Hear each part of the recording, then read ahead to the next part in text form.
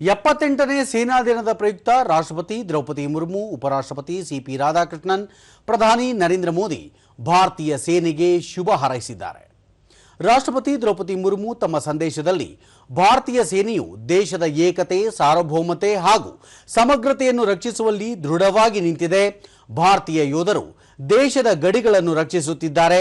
ವಿಪತ್ತುಗಳ ಸಮಯದಲ್ಲಿ ತುರ್ತು ನೆರವು ನೀಡುವ ಮೂಲಕ, ಮಾನವೀಯ ಬಿಕ್ಕಟ್ಟುಗಳ ಸಮಯದಲ್ಲಿ ಸಹಾಯಕ್ಕೆ ಧಾವಿಸುವ ಮೂಲಕ ಅನ್ಯ ಸೇವೆ ಸಲ್ಲಿಸುತ್ತಿದ್ದಾರೆ. ದೇಶ ಮೊದಲು ಎನ್ನುವ ಯೋಧರ ನಿಲುವು ಪ್ರತಿಯೋರ್ವ ಭಾರತೀಯರಿಗೂ ಪ್ರೇರಣೆ ನೀಡುವಂತದ್ದಾಗಿದೆ ಎಂದು ಹೇಳಿದ್ದಾರೆ.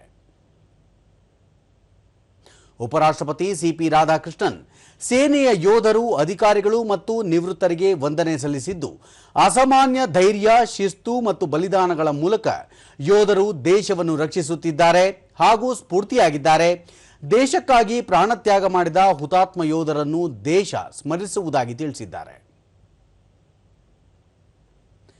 ಭಾರತೀಯ ಸೇನೆಯ ಧೈರ್ಯ ಮತ್ತು ದೃಢವಾದ ಬದ್ಧತೆಗೆ ರಾಷ್ಟ್ರ ವಂದಿಸುತ್ತದೆ ಎಂದು ಪ್ರಧಾನಿ ನರೇಂದ್ರ ಮೋದಿ ತಮ್ಮ ಸಾಮಾಜಿಕ ಮಾಧ್ಯಮದಲ್ಲಿ ತಿಳಿಸಿದ್ದಾರೆ.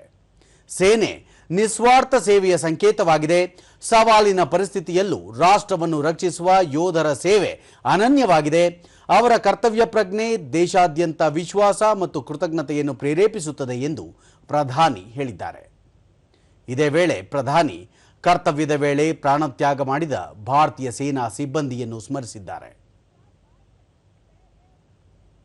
ರಕ್ಷಣಾ ಸಚಿವ ರಾಜನಾಥ್ ಸಿಂಗ್ ಭಾರತೀಯ ಸೇನೆಯ ಅಪರಿಮಿತ ಶೌರ್ಯ, ತ್ಯಾಗ, ಬಲಿದಾನ ಮತ್ತು ದೇಶದ ರಕ್ಷಣೆಯ ಕುರಿತು ಹೊಂದಿರುವ ಬದ್ಧತೆಗೆ ದೇಶ ವಂದಿಸುತ್ತದೆ. ಗಡಿ ಪ್ರದೇಶದಲ್ಲಿ ಸದಾಕಾಲ ಎಚ್ಚರಿಕೆಯಿಂದ ಇರುವ ಸೇನೆಯ ವೃತ್ತಿಪರತೆ, ಶಿಸ್ತು ಮತ್ತು ಮಾನವೀಯ ಸೇವೆ ಜಾಗತಿಕ ಗೌರವ ಪಡೆದಿದೆ ಎಂದು ಹೇಳಿದ್ದಾರೆ. ಆತ್ಮನಿರ್ಭರ, ಆಧುನಿಕ ಹಾಗೂ ಭವಿಷ್ಯಕ್ಕೆ ಸನ್ನದ್ಧವಾಗಿರುವ ಸೇನೆಯ ನಿರ್ಮಾಣ ಸರ್ಕಾರದ ಬದ್ಧತೆಯಾಗಿದೆ ಎಂದು ಅವರು ಇದೇ ವೇಳೆ ಪುನರುಚ್ಚರಿಸಿದ್ದಾರೆ.